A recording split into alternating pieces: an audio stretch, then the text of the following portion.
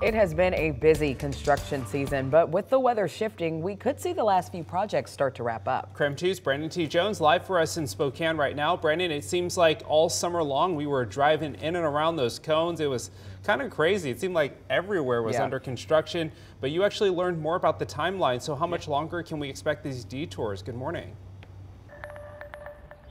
Good morning, Tim Channing. Well, we don't have to wait too much longer, like the one right here you can see on behind me, Washington and Stevens, but for sure got a chance to speak with city officials. I learned that more than 40 different projects were taking place over the course of this construction season. Of course, some of those are still ongoing, but again, not much longer. You've got to wait for those. And I'm sure many of you all have noticed, like you said, Tim, and there's been projects like street maintenance, pedestrian improvements, and major projects like the one we've seen at Spokane Road, which ultimately required crews to go underneath the road and improve utilities in that area. But listen to this, just within the city limits of Spokane, there's 2,200 lane miles that the city has to maintain.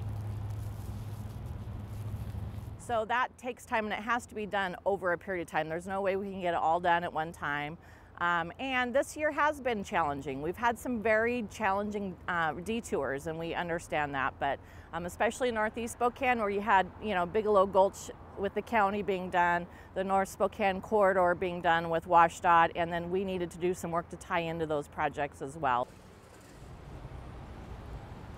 But there is light at the end of the tunnel. City officials say the last major project for their season with the most impact is that one we mentioned, the Washington-Stevens corridor.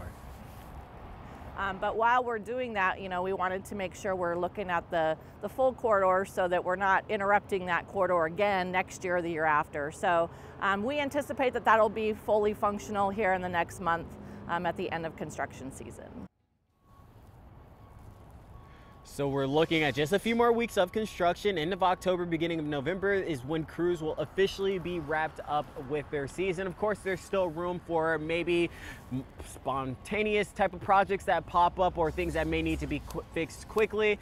They'll do that if the weather allows. But for right now, you got to look forward to the end of the month. But for now, reporting live here in downtown Spokane, Brandon T. Jones, KREM 2 News.